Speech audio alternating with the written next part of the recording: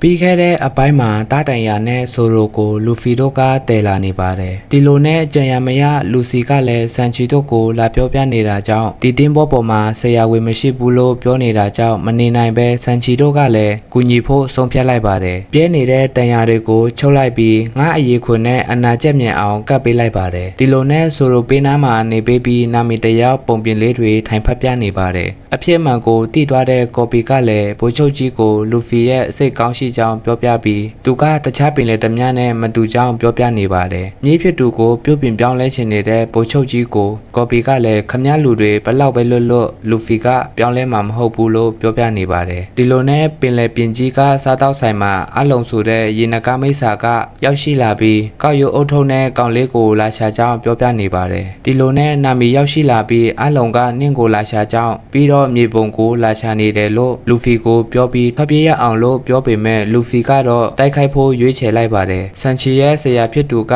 အလုံးကိုတနတ်နဲ့ပစ်လိုက်တာကြောင့်ကျိုးနေတဲ့ခြေထောက်ကြီးကိုကန်ချလိုက်ပါတယ်ဆရာဖြစ်သူကိုထိလို့မခံနိုင်တဲ့ဆန်ချီကစပြီးတိုက်ခိုက်ပါတော့တယ်တိုက်ခိုက်ရင်လူဖီတို့လည်းအရှုံးနဲ့ရင်ဆိုင်လိုက်ရပါတယ်တစ်ဖက်မှာလည်းလူဖီကဆန်ချီကိုသူ့ရဲ့စဖို့မှုအဖြစ်ခေါ်ဖို့ကြိုးစားနေတော့မှာပဲဆန်ချီနဲ့စဖို့မှုကြီးရှက်တို့ရဲ့တရောစင်ကိုကျွန်တော်တို့တွေ့ရပါတယ်ရှက်ကဆန်ချီကိုဒီဆိုင်မှာပဲတသက်လုံးပိတ်မိမနေစေချင်ပဲသူ့ရဲ့အိမ်မက်ဖြစ်တဲ့အော့ဘရူကိုရှာခိုင်းစေချင်နေတာပါဒါပေမဲ့ဒီကြားထဲမှာပဲရုတ်တရက်ကြီးနာမီကသူတို့ရဲ့မြေပုံကိုခိုးသွားပြီးတင်ပေါ်ကြီးနဲ့အတူထွက်ပြေးသွားပါတော့တယ်အားလုံးကနာမီကိုတစ္ဆာဖောက်လို့ထင်ကြပေမဲ့လူဖီကတော့နာမီမှာအကြောင်းပြချက်တစ်ခုခုရှိရမယ်ဆိုတာကိုခန်းစားမိပါတယ်ဒါကြောင့်သူတို့ဟာနာမီနောက်ကိုလိုက်ဖို့ပြင်ဆင်ပါတော့တယ်အခုတော့ဆိုလိုလဲတာတန်ရရနာမီကလည်းထွက်ပြေးသွားပြီဆိုတော့သူတို့ရဲ့ပင်လယ်တမအဖွဲရဲ့အနာဂတ်ဟာတော်တော်လေးကိုရုန်းကန်ရပါတော့မယ်စန်ဂျီကကောတကယ်ပဲလူဖီတို့နဲ့လိုက်မာလားအလုံးဆိုတဲ့ဒူကကောဘယ်တူလဲတာကိုတိချင်ရင်တော့နောက်ထပ်အပီဆုတ်ဆဲဝဲမှာစောင့်ကြည့်ပေးကြပါအောင်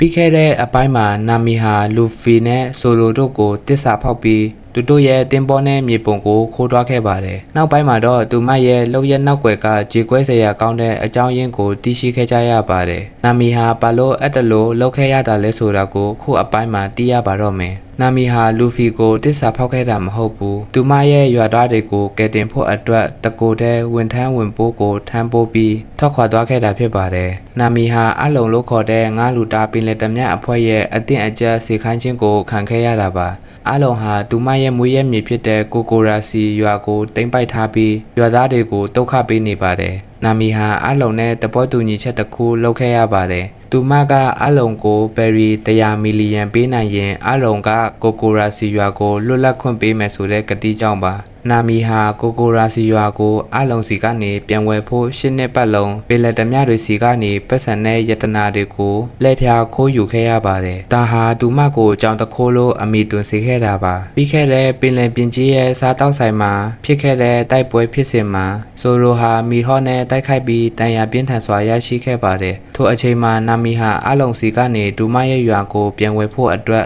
လိုအပ်တဲ့ပတ်စံကိုစုဆောင်းပြီးထင်မှတ်ခဲ့ပါတယ်။သူမဟာလူဖီနဲ့ဆိုရိုတို့ကိုပို့ပြီးဒုက္ခမပေးချင်တဲ့အတွက်သူမရဲ့ရွာသားတွေကိုကယ်တင်ဖို့အတွက်တကိုယ်တည်းထွက်ခွာခဲ့တာပဲဖြစ်ပါတယ်။နာမီဟာအိုင်ဂရော့နိုင်ငံမှာဖြစ်ပွားခဲ့တဲ့စစ်ပွဲတစ်ခုကြားမှာမိဘမဲ့ဖြစ်ခဲ့ရပါတယ်။သူမကိုရေတက်စစ်တီဟောင်းဖြစ်တဲ့ဘဲလက်ကတွေ့ရှိခဲ့ပြီးသူမရဲ့အမဖြစ်သူနိုဂျီကိုနဲ့အတူမွေးစားခဲ့တာပဲဖြစ်ပါတယ်။ဘဲလက်ဟာဆင်းရဲပေမဲ့ကိုကိုရာစီရွာမှာလိန်ပေါ်ချန်လေးဆိုင်ပြီးနာမီတို့ညီအမကိုမေတ္တာအပြည့်နဲ့ပြုစုပြောထောင်ခဲ့ပါတယ်။နာမီဟာငငယ်ကတည်းကမြေပုံဆွဲရတာနဲ့မိုးလေဝသခန့်မှန်းရတာပါရမီပါခဲ့ပါတယ်။အလုံးရဲ့ကျူးကျော်မှုကြောင့်နာမီအသက်၈နှစ်မှာရက်ဆက်တဲ့ပင်လယ်ဓမြကြီးအလုံးနဲ့သူ့အဖွဲ့ဟာကိုကိုရာစီရွာကိုရောက်ရှိလာပါတယ်။အလုံးဟာရွာသားတွေကိုအသက်ဆက်ရှင်ချင်းရင်ဆက်ကြေးပေးဖို့အတင်းအကျပ်တောင်းဆိုပါတယ်။ဘဲလက်ဟာဆင်းရဲလွန်းလို့သူမကိုယ်တိုင်ဆက်ကြေးမပေးနိုင်ပေမဲ့နာမီနဲ့နိုဂျီကိုတို့အတွက်ပတ်စံကိုဒါငါသမီးနှစ်ယောက်အတွက်လို့ပြောပြီးအလုံးကိုပေးခဲ့ပါတယ်။နာမီတို့ကိုတာသမီအဖြစ်အတိမတ်မပြုတ်ပြီးလိန်ညာပြီးအသက်ချမ်းသာရာတောင်းနိုင်ပေမဲ့ဘယ်လာဟ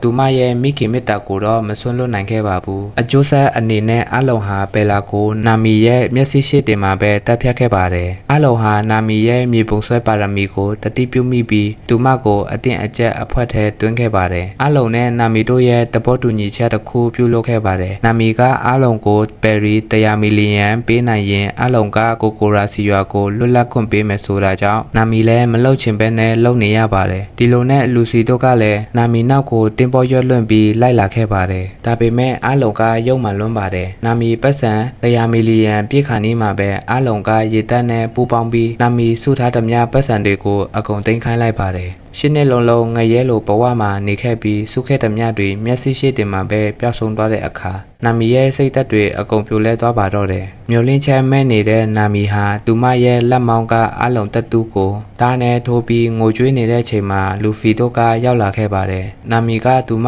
ကိုထားသွားဖို့မောင်းထုတ်နေပေမဲ့နောက်ဆုံးမှာတော့မျက်ရည်တွေကြားကနေလူဖီငါ့ကိုကူညီပါလို့အားကိုးတကြီးပြောလိုက်ရပါတယ်။အဲ့ဒီချိန်မှာလူဖီကလည်းဘာမှပြန်မမေးပဲသူ့ရဲ့အသက်ထက်တန်ဖိုးထားတဲ့ကောက်ရုပ်အုပ်ထုပ်ကိုနာမီကောင်းပေါ်ဆောင်းပေးပြီးဒါပေါ့ငါကူညီမှာပေါ့လို့ပြောပြီးအဲ့ဒီနောက်မှာတော့လူဖီဆိုရိုစန်ဂျီနဲ့အိုပဆော့တို့၄ယောက်ဟာနာမီအတွက်အလုံးပန်းချံကိုတောတာတကြီးနဲ့အတူတူရှောက်လန်းပါတော့တယ်။ဒါဟာလူဖီတို့ပင်လယ်သမျှအဖွဲ့ရဲ့တကယ်ဆုစီးမှုအစပဲဖြစ်ပါတယ်။အဆုံးထိကြည့်ပေးတဲ့အတွက်အားလုံးကိုကျေးဇူးတင်ပါတယ်ဗျ။အပိုင်း၈မှာပြန်တွေ့ကြမယ်။